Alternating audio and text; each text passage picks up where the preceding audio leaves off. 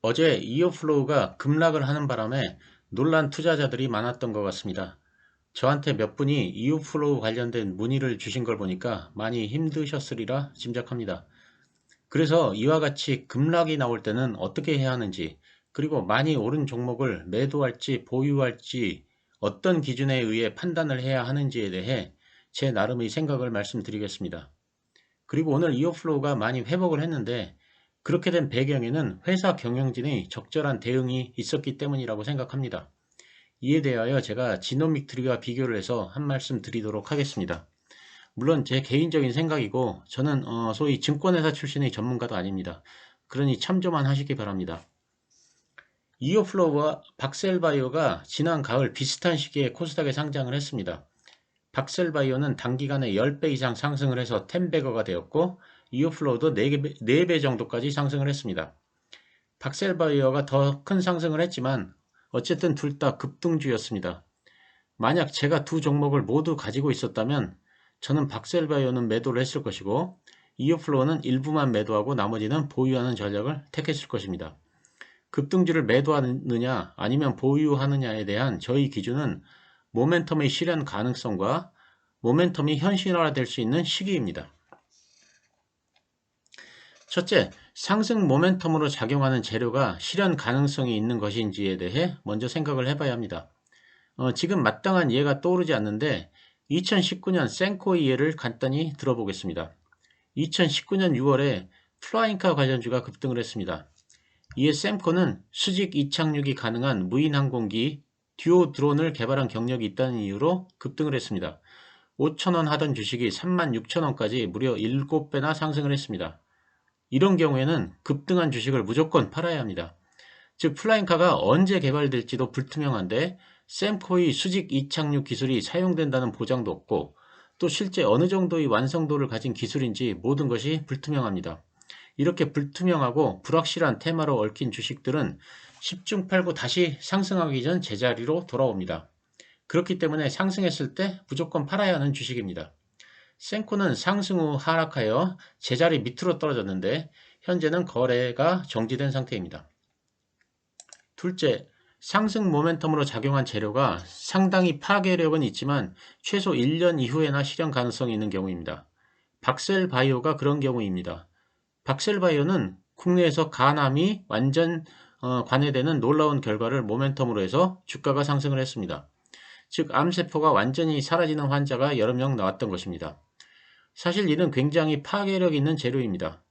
하지만 이제 겨우 국내에서 일상 정도가 진행 중이라면 앞으로 최소한 빨라도 몇 년이 지나야 매출로 연결될 수 있습니다. 그리고 매출로 연결된다는 보장도 없습니다. 그 재료가 현실화되는데 상당한 시일이 걸린다면 재료가 아무리 좋아도 고점에서 매도를 해야 합니다. 이런 주식은 재료가 엉터리는 아니기 때문에 주가가 원위치까지 떨어지지는 않지만 고점 대비 상당한 하락을 하게 됩니다. 언제 매도를 할 것인지에 대해서는 사람마다 그 기준이 다른데 저는 통상 20일선을 기준으로 합니다. 즉 20일선이 깨지면 이런 종목들은 매도를 합니다. 어떤 분들은 5일선을 기준으로 매도를 하기도 합니다. 박셀바이오는 21선이 깨지면 매도를 한다는 전략을 세웠다면 18만원 선이 깨졌을 때 매도를 했을 것입니다. 만약 5일선이 깨지면 매도를 한다는 전략이었다면 24만 5천원 선에서 매도를 했을 것입니다. 하지만 5일선 기준 매도를 한다면 작년 12월 28일에도 5일선이 살짝 깨졌으므로 상승 중초반기인 11만원 선에서 매도를 했을 수도 있습니다. 즉 5일선 매매와 21선 매매가 모두 장단점이 있습니다. 5일선 매매는 거의 꼭대기에서 팔 수 있는 장점이 있지만 잘못하면 상승 초기의 물량을 다 빼앗겨버리는 단점이 있습니다.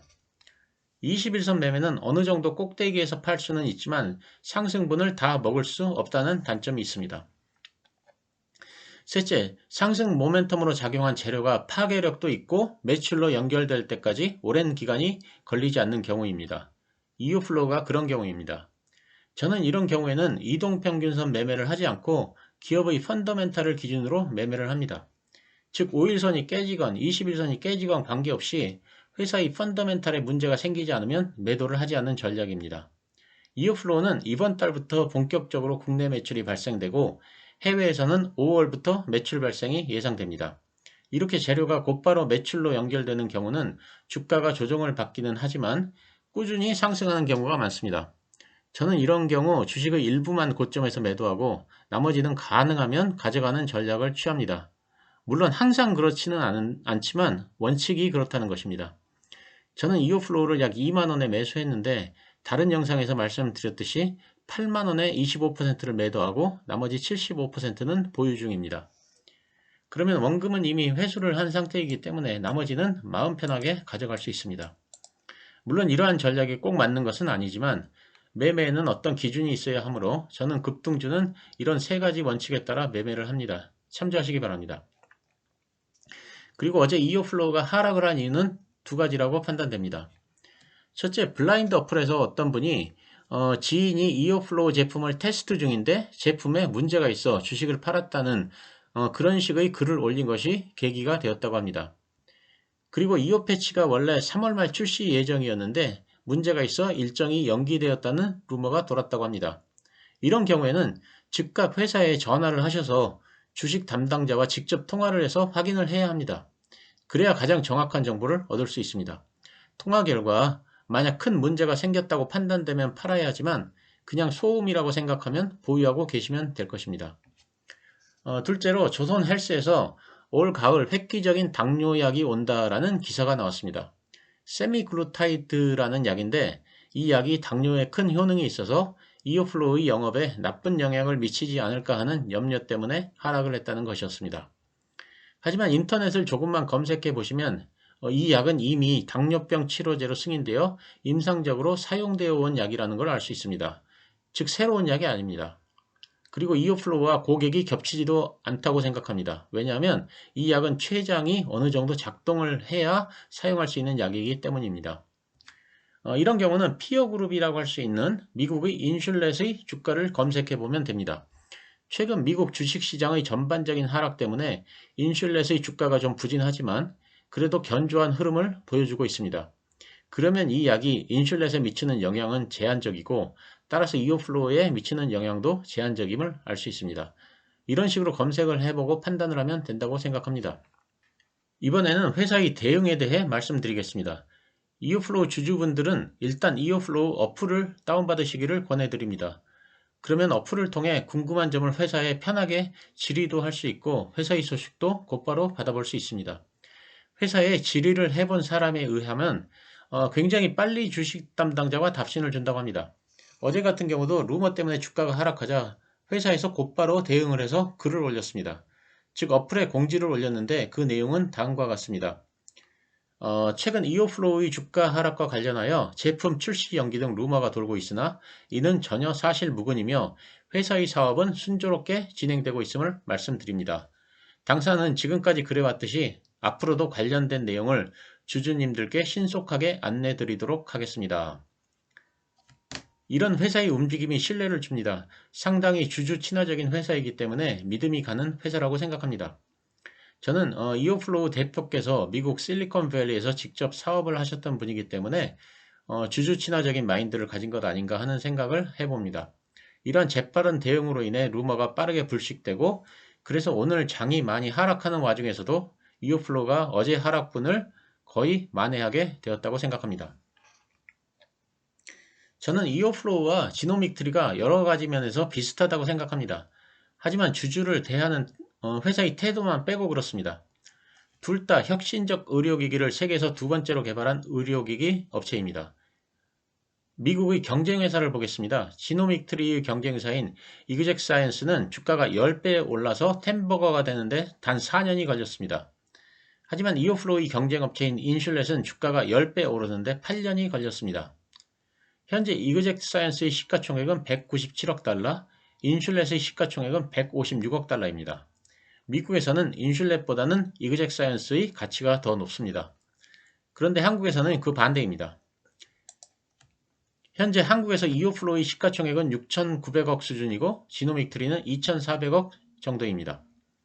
물론 두 회사를 직접적으로 비교할 수는 없지만 어쨌든 지노믹트리의 시가총액이 이오플로우의 절반에도 미치지 못합니다. 여러 가지 이유가 있겠지만 주주를 대하는 태도도 하나의 원인이라고 생각합니다. 어제 같은 문제가 생기자 이오플로우는 즉각 공지를 띄워 주주를 안심시켰습니다. 그런데 지노믹 트리는 사실 주주로서 좀 답답합니다.